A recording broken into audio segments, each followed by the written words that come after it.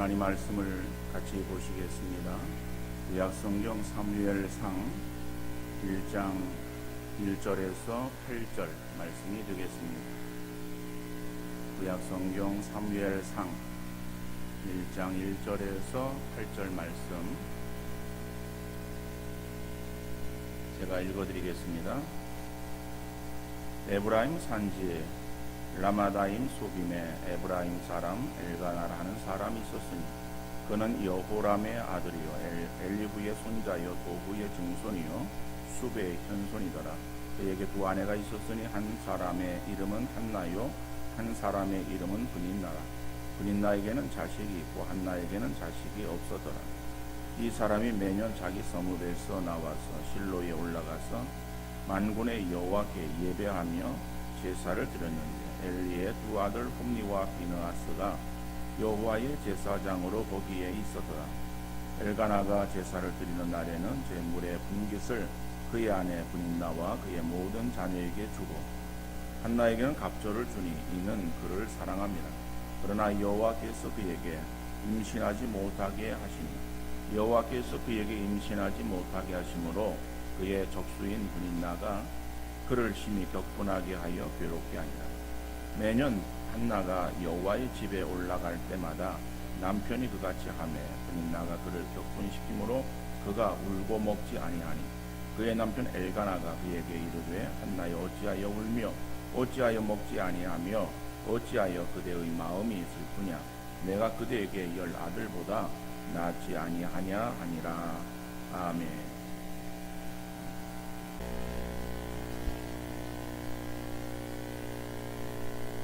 사냥꾼이 하루는 자기 아들을 데리고 사냥을 나갔습니다. 마침 큰 짐승을 만나서 혈투를 벌였어요. 가까스로 짐승을 제압하고 나서 아들을 찾아보니까는 아들이 어디 갔는지 찾을 수가 없었어요. 그래서 온 산을 뒤지다가 한 동굴 속에 아들이 피를 흘리며 죽어 있는 것을 발견하게 됩니다. 외아들을 잃어버린 아버지의 심정이 어떻겠는가. 비통함에 젖어서 아들의 시신을 수습해서 집으로 돌아왔는데 아내에게 차마 외아들의 죽음을 알릴 수가 없었습니다. 그래서 아내에게 이렇게 이야기를 합니다. 여보, 내가 이번 사냥에는 아주 특별한 짐승의 고기를 가져왔어. 이 고기를 요리하려면은 당신이 동네에 다니면서 한 번도 고난이나 슬픔을 당해보지 않은 집에 그릇을 빌려와야지 그 그릇으로 이 요리를 할 수 있겠소 하고 얘기했어요. 부인은 그 말을 듣고 동네 내려가서 이 집 저 집 다니면서 그릇을 빌리기 전에 묻습니다. 고난과 환난을 당한 적이 있습니까? 어느 가정 하나 단 한 번도 환난과 어려움을 당하지 않은 가정이 없었어요. 그러다 보니까는 이 부인은 빈손으로 결국에 돌아올 수밖에 없었습니다.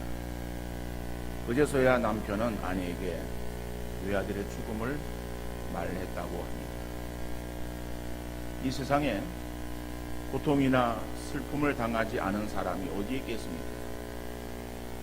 크고 작은 고난이나 슬픔을 당하지만은 당하는 자신에게는 감당하기 힘든 커다란 고통입니다. 오늘 본문에서도 고통 속에 날마다 눈물 짓는 한 사람이 나오고 있습니다. 한나에게 주어지는 고통이 어떠한 것이었는가? 그 고통을 살피면서 우리의 삶에서 승리하는 우리의 성도 되어질 수 있기를 간절히 바랍니다. 첫 번째로 고통은 견디기 힘듭니다. 고통은 견디기 힘들어요. 오늘 본문 2절 말씀 보면은 그에게 두 아내가 있었으니 한 사람의 이름은 한나요 한 사람의 이름은 분인나라. 분인나에게는 자식이 있고 한나에게는 자식이 없었더라 그랬습니다. 여러분, 시집을 간 여자에게 아이가 없다라고 하는 것은 얼마나 큰 고통이겠습니까?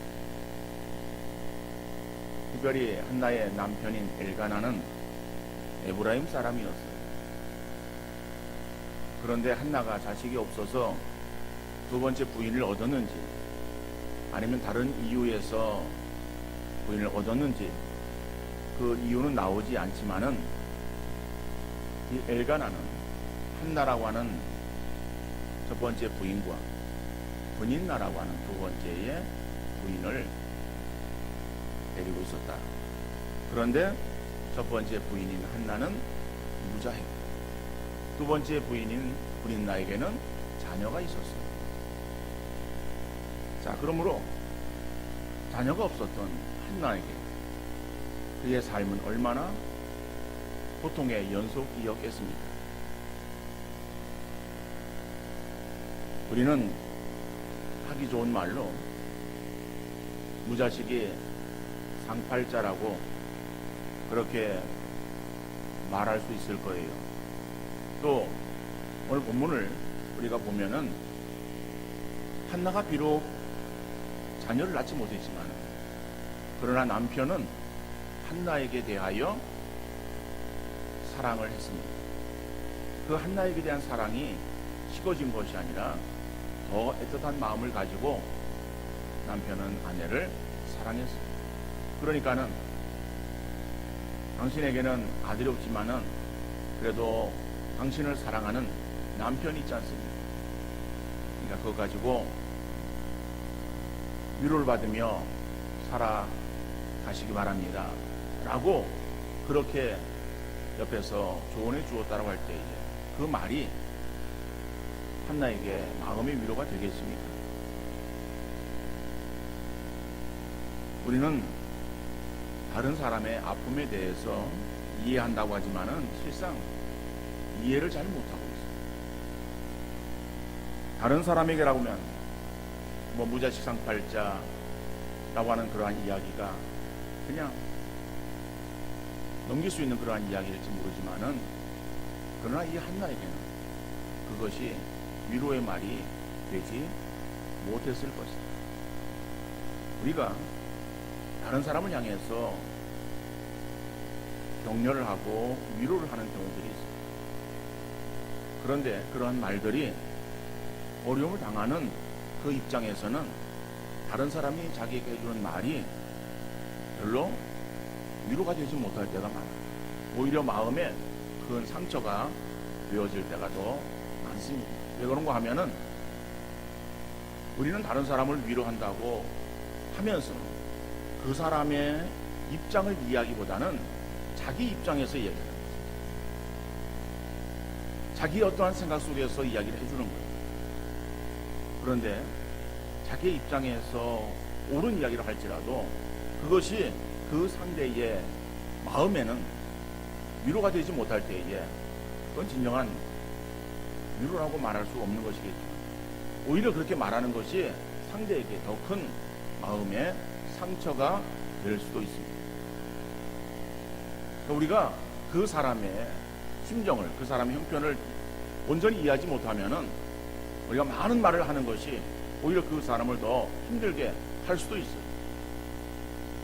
우리가 지혜롭게 말을 해야 되는데 대부분의 사람들은 그러한 지혜를 다 터득하지 못했어요. 그래서 지혜롭지 못한 가운데에 자기 주관적인 입장에서 자기 형편에서 자기는 도와준다고 이야기를 하지만은 그것 상대의 마음에 깊은 상처로 남게 되어지는 것을 보게 되어집니다. 그러므로 우리가 많은 말들을 꼭 하는 것이 그 사람을 위로해 주는 것은 아닙니다. 오히려 그 사람을 위해서 그저 묵묵히 기도하는 것입니다. 오히려 그 사람을 진정으로 돕는 그러한 방법의 하나라고 말할 수 있을 것입니다. 그동안에 이 한나에게 있어서의 그러한 그 마음의 고통, 그것은 견디기 힘든 그러한 고통입니다. 이러한 고통이 한나에게만 주어지는 그러한 고통입니다. 여러분, 고통이라고 하는 것은 우리가 이 땅의 삶을 살아갈 때에 우리 모두에게 주어지는 그러한 어려움이라고 하는 것을 우리가 잊지 말아야 될 것입니다. 다시 말하면 나에게도 이러한 어려움과 고통이 올 수 있다라고. 뭐 지금 당하는 그러한 그 일들이 없다고 할지라도 나에게 이런 것들이 올 수 있다. 그런데 그러한 그 어려움들이 우리에게 올 때에 내가 다른 사람의 상황을 바라보면은 적게 보일 수 있어요. 그 상황이, 그 어려움이 별것 아닌 것처럼 여겨질 수 있어요. 우리 그러기 때문에 가볍게 이야기를 하기도 하는 거예요. 그런데 당하는 입장은 얼마나 그 고통이 괴로운지 몰라요. 자, 그런데 이러한 고통이 어떠한 특별한 사람들에게만 주어지는 것이 아니라 모든 그러한 사람들에게 주어지는 것입니다. 특별히 그러한 고통은 우리의 믿음과 별개라고 하는 것입니다. 지금은 뭐 우리가 그렇게 생각하지 않지만은 그 전에 한국 교회는 어떤 문제가 생기면은 문제의 원인을 그 사람의 죄로 정죄를 했어요.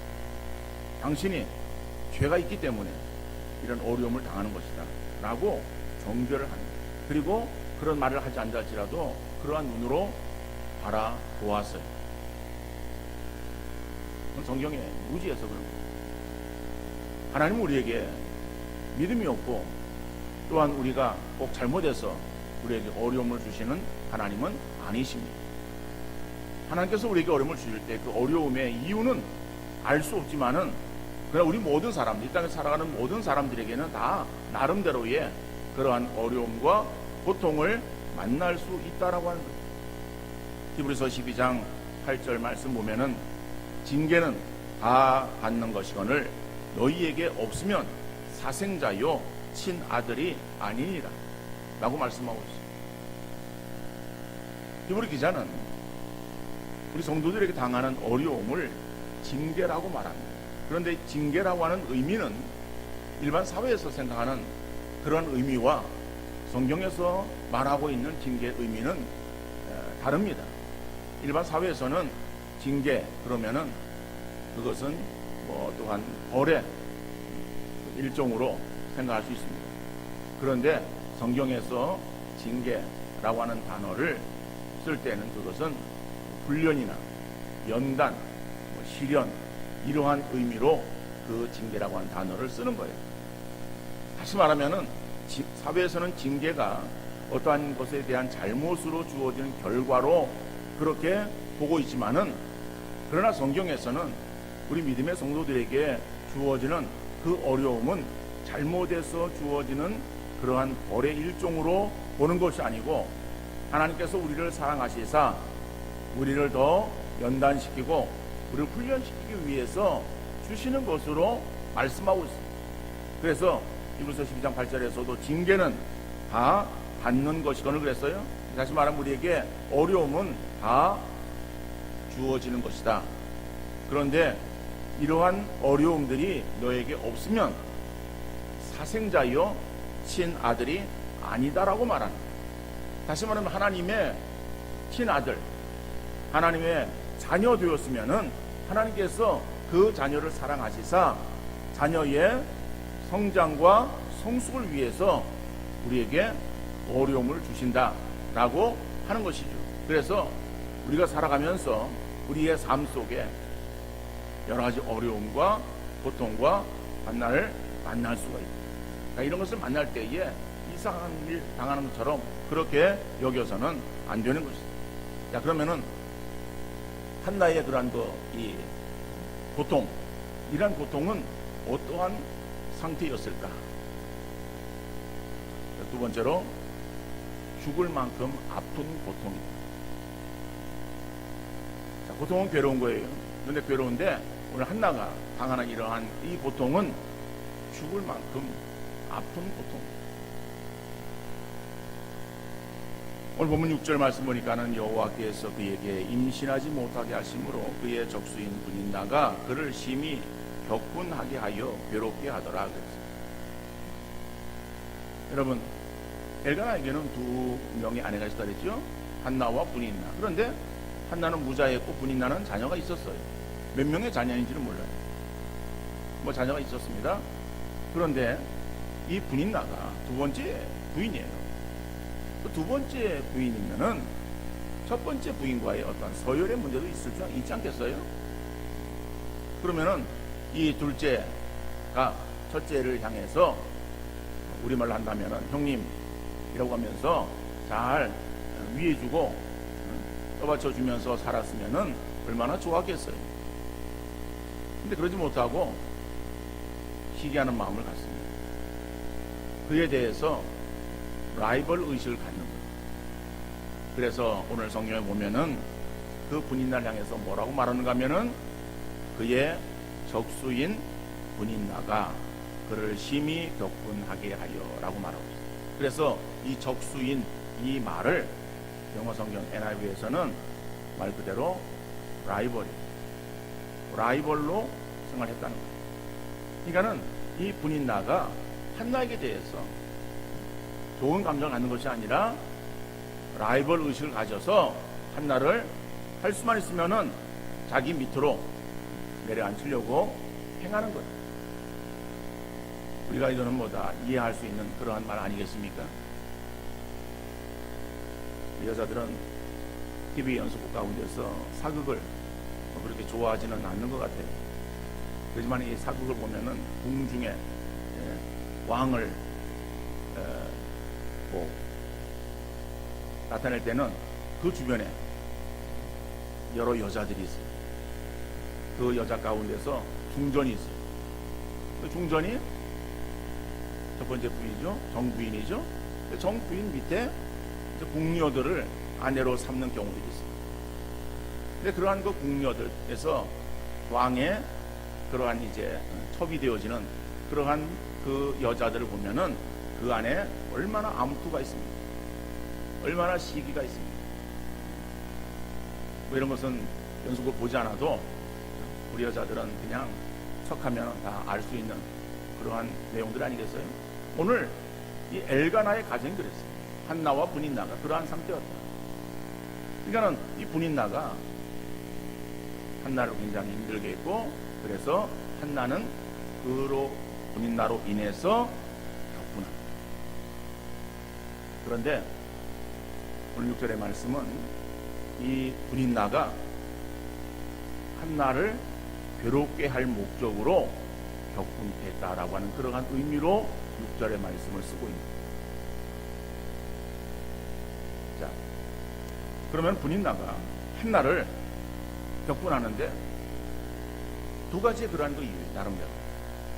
첫 번째, 6절에서는 지금 한나에게 자녀가 없어요. 그러니까 자녀가 없는 그것 가지고서 나는 자녀가 있다 이거죠.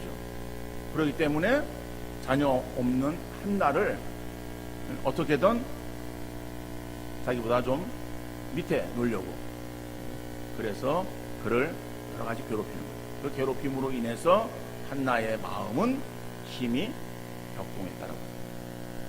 또 한 가지는 7절에도 격분하게 하였다라고 하는 단어가 나와요.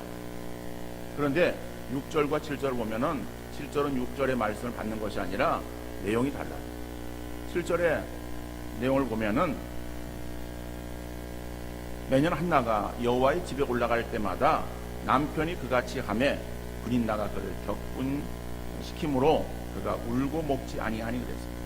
자, 여기서 보니까는 매년 한나가 여호와의 집에 올라갈 때마다 남편이 그같이 했다. 또 어떻게 했는가? 그 내용은 그 앞에 나옵니다.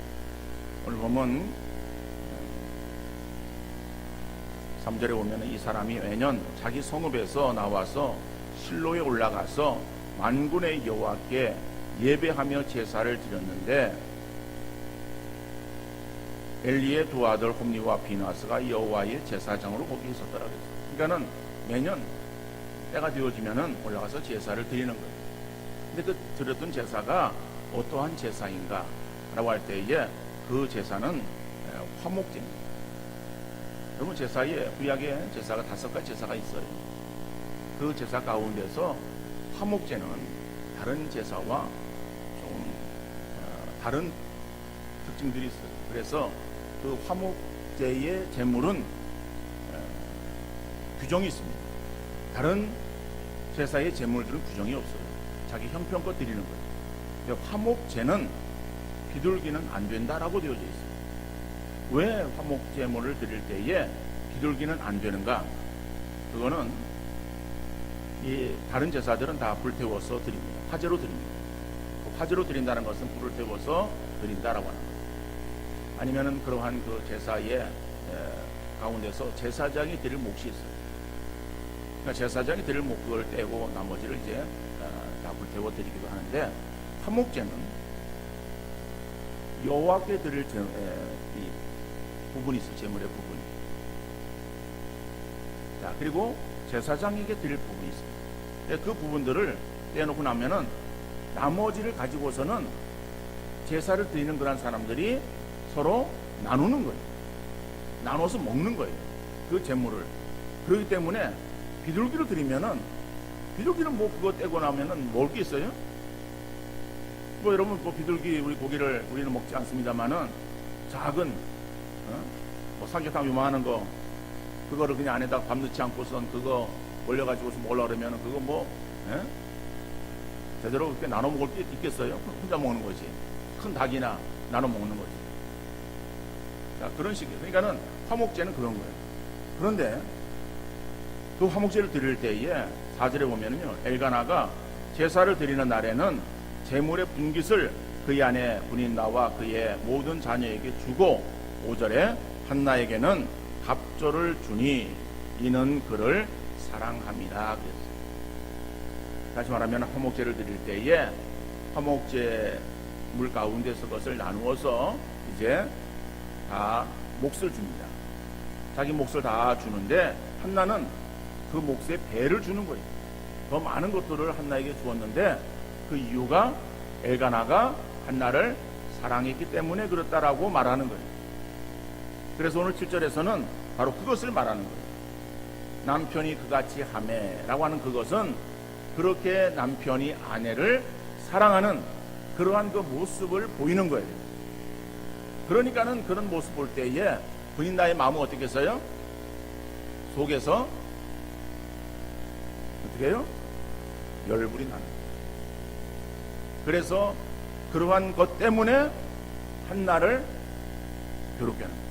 그래가지고 격분시키는 거예요. 그러니까 한나는 지금 자기 아이가 없는 것도 마음에 큰 고통인데, 이 분인나가 옆에서 자꾸 못 살게 구는 거예요.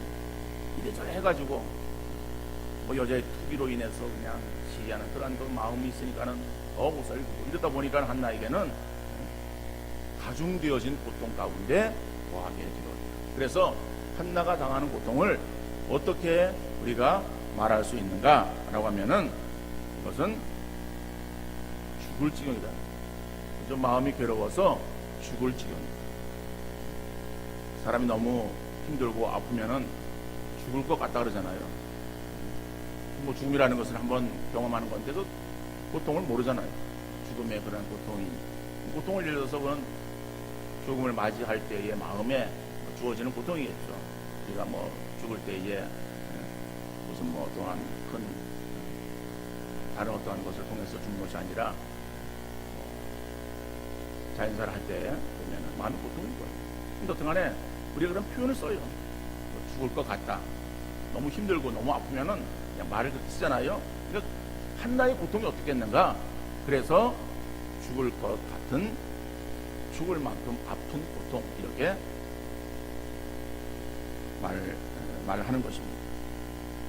자, 그러면은 우리가 지금 한나 고통을 살펴봤어요. 한나가 지금 무자했는데, 그 무자한 그것만 가지고서 마음에 당하는 고통, 그것만이 아니라 옆에서 분인나가 계속해서 부채질하는 가운데에 더 한나는 심한 마음의 고생을 하고 있었다라고 합니다. 그러면 세 번째로, 결론적으로 고통은 우리에게 무익한가라고 합니다.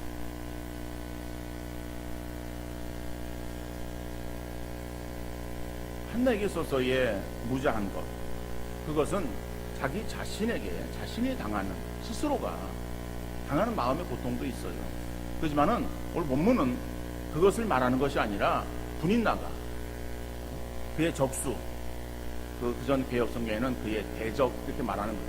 그의 적수인 그 분인나가 한나를 라이벌 의식을 가지고 계속 괴롭힘으로 한나가 지금 당하는 그러한 심한 고통 가운데 있어서 밥을 먹어도 이거는 맛을 모르고 얼굴에 웃음보다는 수심이 가득한 그러한 상태에 처하게 되어진 한나를 말하고 있습니다.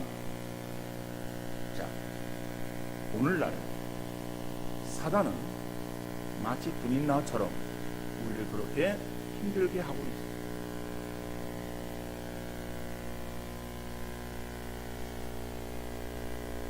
여러분, 오늘 한나가 당하는 그러한 그 고통이 분인나가 그렇게 만들었습니까? 분인나가 한나로 하여금 애를 못 낳게 했어요? 아니면 엘가나가 한나를 사랑하지 않아서 그래서 한나에게 애가 생기지 않은 것입니까? 그건 아니죠. 오늘 성경 뭐라고 말하고 있습니까? 여호와께서 그에게 임신하지 못하게 하시니, 하나님께서 한나에게 임신하지 못하게 하신 거예요. 그런데 그래서 지금 한나는 임신하지 못한 거예요. 애를 지금 낳지 못하는 거예요.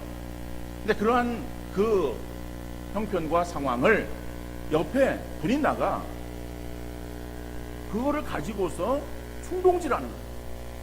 그거를 가지고 한나를 더욱더 괴롭히는 거예요.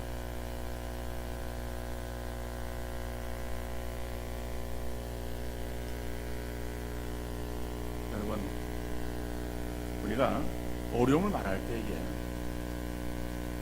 사단이 주는 어려움, 하나님이 우리에게 시험하시는 시험, 이렇게 우리가 생각할 수 있습니다. 그렇게 표현하기도 하는 거예요. 그런데 여러분, 오늘 본문의 말씀 보면은 사단이 우리에게 어려움을 줍니까?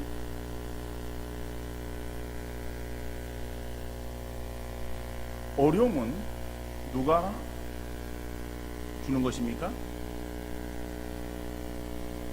우리 사냥자? 어려움은 누가 줘요? 네?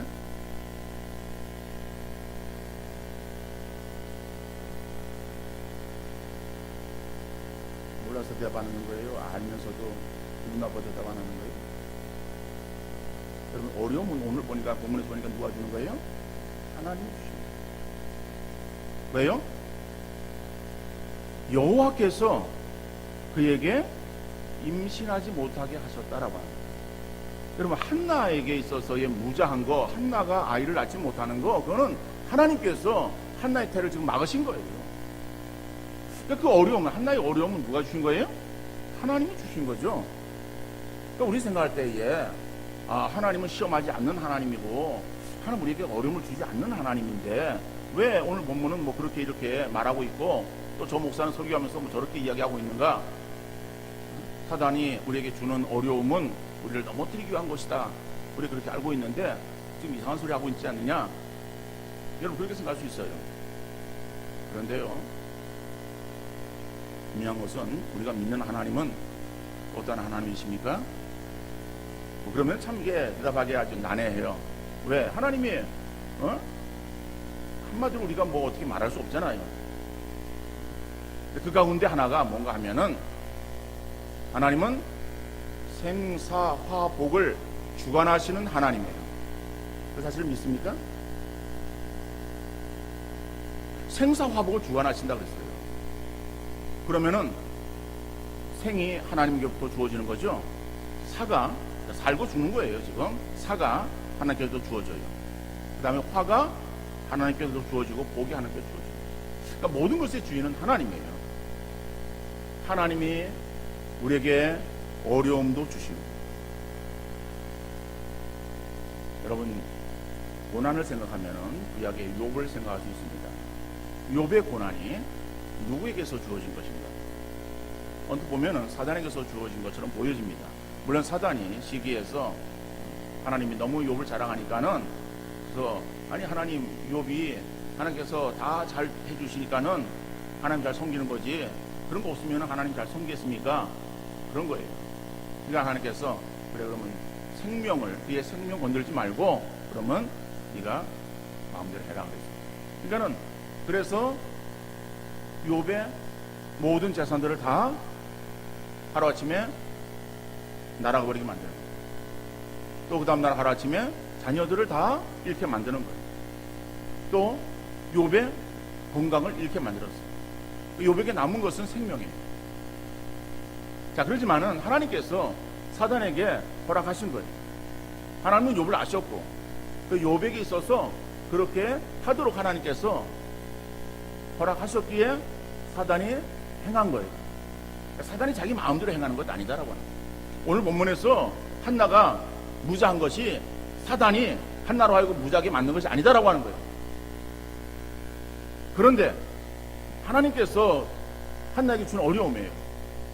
자, 어려움인데, 물론 어려움이라고 하는 그러한 이 표현을 쓰니까 좀 그렇지만은 하나님의 어떠한 계획하심이에요. 정확히 말하면 그렇죠? 하나님의 계획하심이에요. 그 계획하심이 한나가 바로 아이를 낳는 것이 아니라 지금 시간이 얼마나 걸렸는지 모르지만은 무자한 가운데 있는 거예요. 하나님의 계획이에요. 그런데 그걸 가지고 이 한나의 굉장히 마음에 고통스러운 상황이에요. 그 상황이. 근데 그거를 사단이 이용하는 거예요.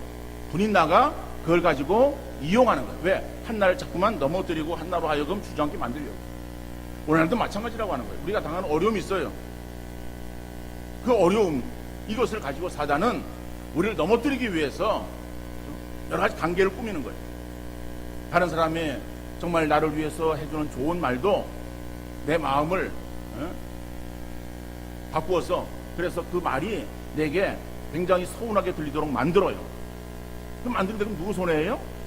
내 손이잖아. 왜? 내가 그런 마음의 상처를 받았으면 내가 힘들어지는 거예요. 내가 고통스러워지는 거예요. 그 사람 만나기 싫어요. 사람과 대화하기 싫어지는 그러한 그 상태로 만들어 가는 거예요. 또한 스스로 생각하는 거예요.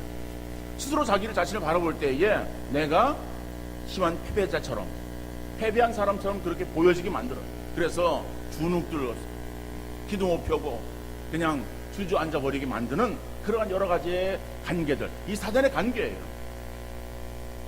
그러니까 여러분, 분명한 것은 우리에게 주어지는 어려움은 사단이 주는 것이 아니다라고 하는 거예요. 사단은 우리에게 주어지는 하나님의 계획을 우리가 힘든 그러한 것들이라고, 이해하지 못하는 그런 것들 한다면은 사단은 그것을 가지고 이용해서 우리를 넘어뜨리려고 하는 거예요.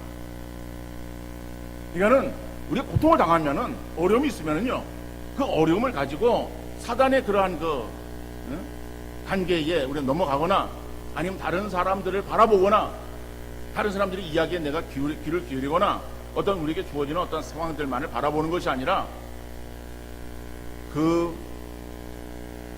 문제의 계획을 주관하시는 하나님을 바라보며 하나님을 묵상하는 우리 성도님들 되어질 수 있기를 간절히 바랍니다.